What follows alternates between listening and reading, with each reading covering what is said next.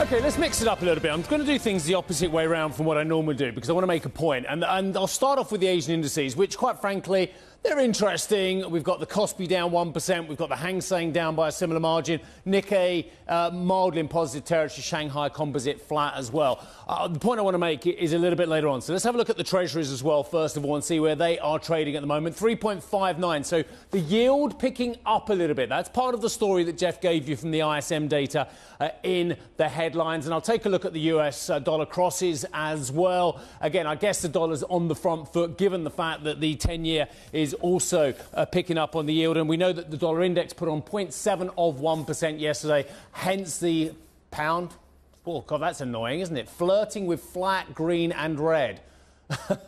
Don't see that very often. Anyway, 121, it's flat. The euro dollar also just losing a little bit of steam in the last 24 hours as well. Let's get straight to the US markets because I want to talk about combinations. And I'm colourblind. I don't mind telling you guys, which means you'll be pleased to know I could have never been a fighter pilot or something. They won't let you if you're colourblind. But I've worn some pretty bad combos in my time. Dare I say it, a green tie with an orange and blue striped shirt. Didn't realise that I got home. Bad combo. Good combo, though, when I wore my Gucci ensemble in the 90s. Black tie, black shirt. All very Matrix. It looked great at the time. But what I'm talking about is combos here. And why am I talking about combos? Well, because what's a good combo for the market to rally? What's a bad combo, i.e. combination, for the market to downtick? And I think we saw it yesterday.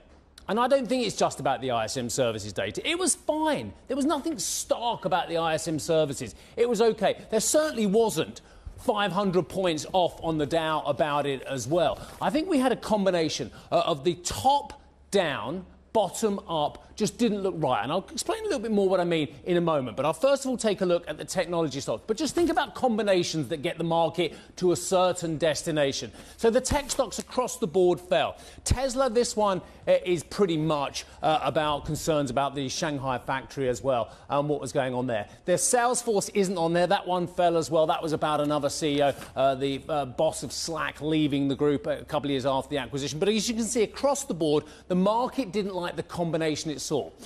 And the combination I don't think that the market likes at the moment, and I'll do it with this company that I'm going to show you now. I don't think the market likes top-down data which is fairly strong or solid and bottom-up data that actually tells the truth about what's happening in the economy and the US consumer. And this company, VF Corp, is the great example of that as well. VF Corp, you might be like a lot of people out going, who? I know. Have a look what this company does. It is North Face. It is Timberland. It is Vans. It is Eastpak. It is a whole host of brands. Thank you, producers. That's great. I don't even know who Supreme is. But it's a whole host of brands that you know. They're lifestyle brands, isn't it? They're brands that if you think you're slightly sporty, you want to wear something sporty-ish, but don't want to go the full Nike Adidas way, you might wear some of those brands as well. And the numbers from them yesterday were disappointing. You had a CEO stepping down. You had guidance cut. You had lower revenues. And you had this line from the company, which I think added to the combination of the market that people didn't like. And the line, Jeff and Karen, was weaker than anticipated consumer demand. So here's the problem.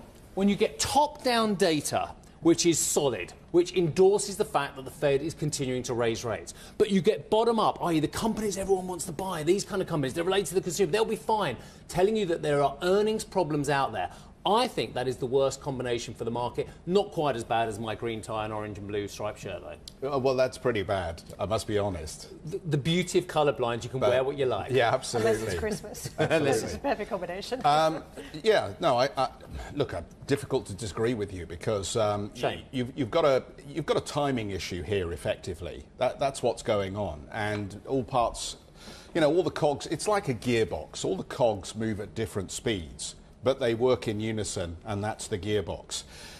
With the economy, all the cogs are working at different speeds, but it is the economy. But what it's exposing to you are areas of vulnerability within the economy and areas where there is still a bucket of strength. And so the overall macro data, as you're pointing out, as is coming through in some of the data, is clearly suggesting that the Fed needs to keep the pedal firmly down when it comes to hiking interest rates. Unfortunately, the oil in your gearbox effectively your oil in the economy is the transactions that take place between entities, whether those are consumers and banks or non-banks and consumers, retailers and consumers. That is the oil effectively that lubricates the economy. And ultimately, if the oil is draining out of the bottom of the sump, what you've got is a gearbox that's going to lock up. So if those transactions are not taking place, if consumers are starting to pull in their horns and spend less, at some point you will have problems elsewhere in the economy. The trouble is, by the time it shows up in the macro data, we're already toast. We're already in the recession, and the Fed will be too late. They want the myth that the top-down data can be easier, but actually companies can weather it without seeing any ramifications on their top and bottom line.